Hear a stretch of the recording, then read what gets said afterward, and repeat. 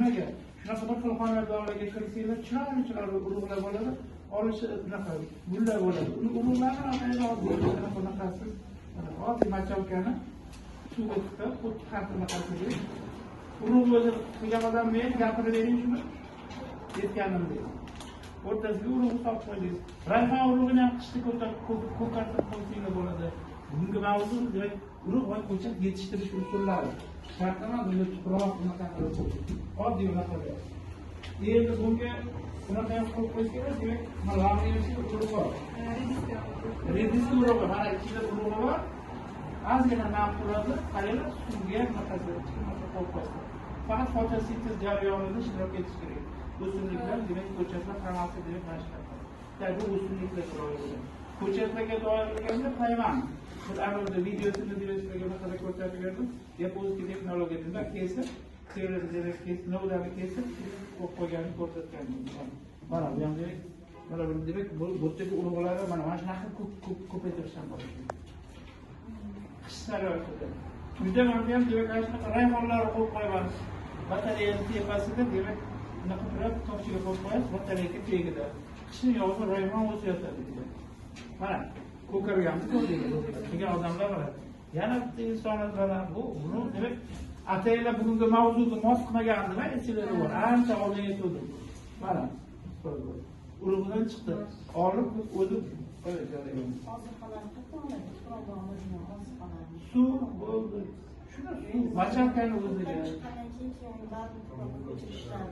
Keyin ildizlar otgandan keyin xohlagan. Rediska bor, rayhon bor, bir ko'ros bor. Tuproqni qidirib o'tirmaysizlar.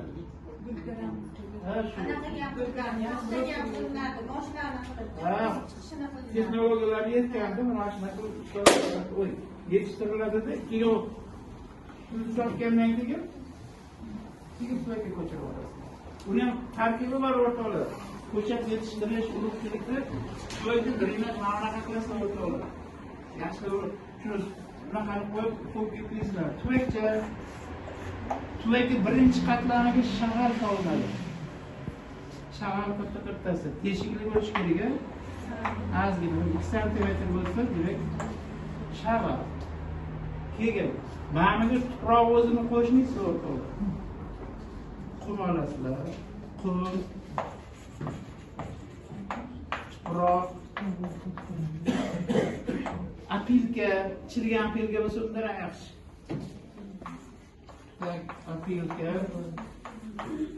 Keyin biyagonlar yoki mahalliy o'g'itlar. Ana uchchalasini demak aralashtirasizlar. Prosent qilsa tashlaysiz, prosent foiz qo'shimchasi bor. Mana bu tuproq 70% bo'lishi kerak. Qum 20%, apilka bilan bu demak o'sha 5% dan demak bu. Mana shu holatda aralashtirganingizda nima jarayon beradi? Urug'larni yetishtirish usullari bor. Birinchi mana suv bilan mana gidroponik usulda yetishtirish, tuproq to'yaganda mana tuproqda va gidroponik usulda yetishtirish usullari shu ekan asosiy. Bunga mavzumizning maqsadi mana shu. Bunga erishish usuli ikkita ekan. Mana gidroponik o'zingizlar qilib keldinglar.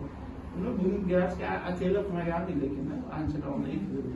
Ayat bo'ldi lekin demak, buni hammasini aralashtirganingizdan keyin ma'lum sostav. Mana aralashtirmaysiz lekin tosh buni ichidan tashqarida drenaj bo'lsa. Mana hammasini aralashtirib qo'yasiz. Bo'ldi. Demak, shundoq suqib, buni demak, shundoq suqib qo'ymaydi. Tuproq ozgina ochasiz. Tuyakkina tuproq ozgina ochasizda, mana o'zga ildiz otganni o'zini demak, mana ildiz otganni o'zini shundoq olib, shuni qo'yib qo'yasizda, shuni yopasizda, ozgina suv quyib ustiga daqarashgan bilan yopib qo'yib qo'ysangiz, bu ana parnik bo'ladi. Parnik bo'ladi. Demak, sal o'zi masalan kech qo'yilgan yosh niqol baklashgan tish qo'yish kerak. Başkan aldı, İmam Bakı Başkanı ular kelsa, chiqishni sevadigan shuni o'g'irib qo'yib qo'yadi. Mana hal qiladi. Shuni o'g'irib qo'yib qo'yadi shuni. Kengidan havo olaveradida. Ha, hali drenajni bo'lsa-ham demak havo olaveradi, demak mana shuni. Demak, penoplastan demak bo'ladi. Mana bu demak